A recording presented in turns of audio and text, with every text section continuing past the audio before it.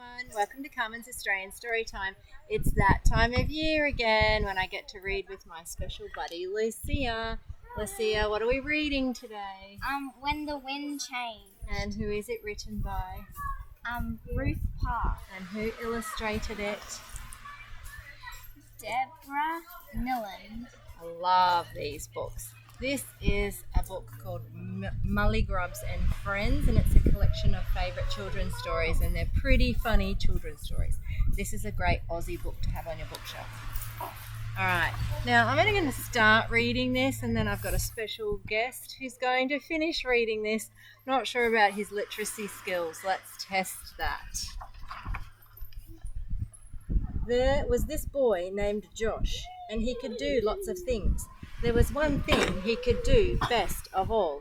He could make faces. He found out how good he was at making faces because of the dog next door. The dog did not like cats, cars, seagulls, or big or little people. Most of all, he did not like Josh. He always hoped that Josh would come over the fence, and then he could bite him. One day, Josh's ball flew over the fence. Josh climbed up to see if he could get it. There it lay in the middle of the dog's garden. The dog made a terrible noise.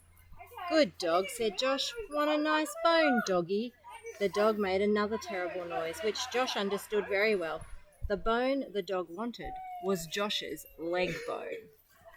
All right, come on, Sammo. This is Josh. Sammo, you look a lot like Josh, actually. Especially this page. All right, I'm swapping places.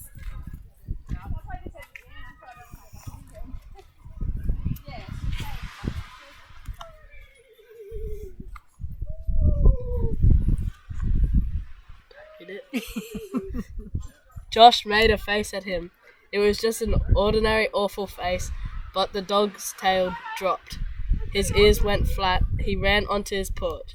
He growled as Josh climbed over the fence. But as Josh was still making the fence, he dared not come closer. Very good reading.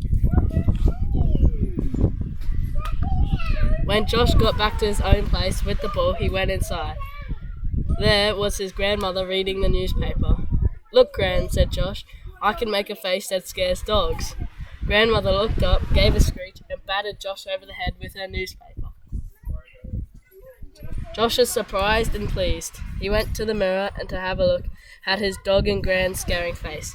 It did not seem very special. "I can do better than that," he thought. Every day he practiced.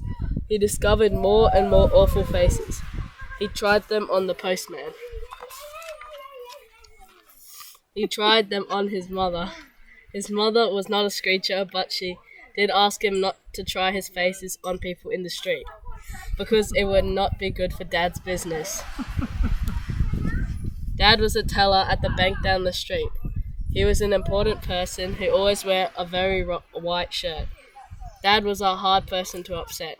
When Josh tried the most awful faces on him, all he did was to look thoughtfully at Josh and say, "I don't know if you've heard, Josh, but if you're making a face and the wind changes, it will stay that way."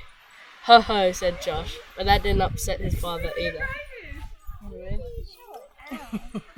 Good reading. A plus for your literacy skills there, Sammo.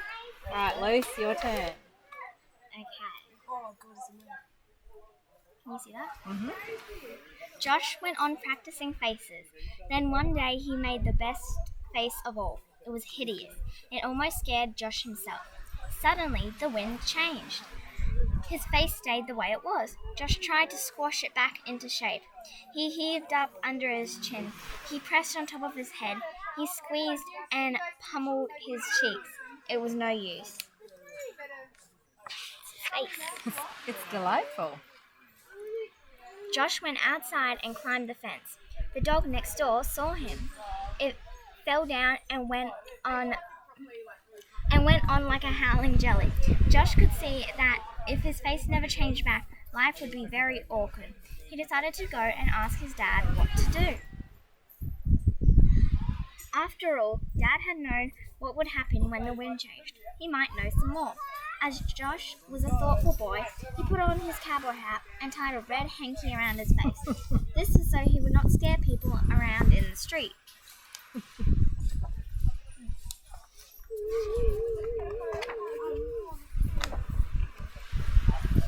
When he reached the bank, a robbery was going on. People had their hands up, and a hold-up man was waving a gun at Dad.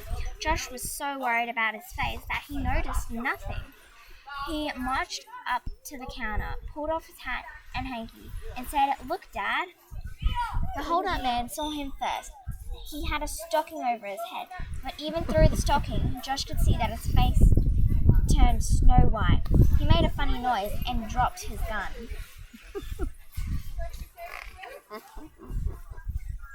It's funny.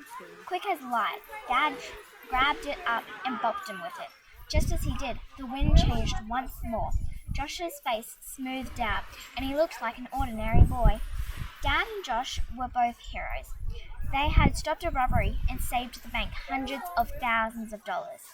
That night, Dad was on the news program on TV. He explained what had happened. He said that Josh had decided he would never make awful faces again. "Funny thing," said Dad. "When I was a boy, I was very good at making faces. This was my best one. Just look at this." Just then, the wind changed. Oh no! Dad's face. There's Dad's face. Alright, guys. Thank you for joining me on Carmen's Australian Storytime. Before we go, I'm going to show you where we are today. We are at Fitzroy Island. Check it out. A lot of people around today. And what do we say at the end, Sammo? Don't forget to like and subscribe. Well, that was very Whoopish. yeah. Bye. Okay, see you next time. Bye.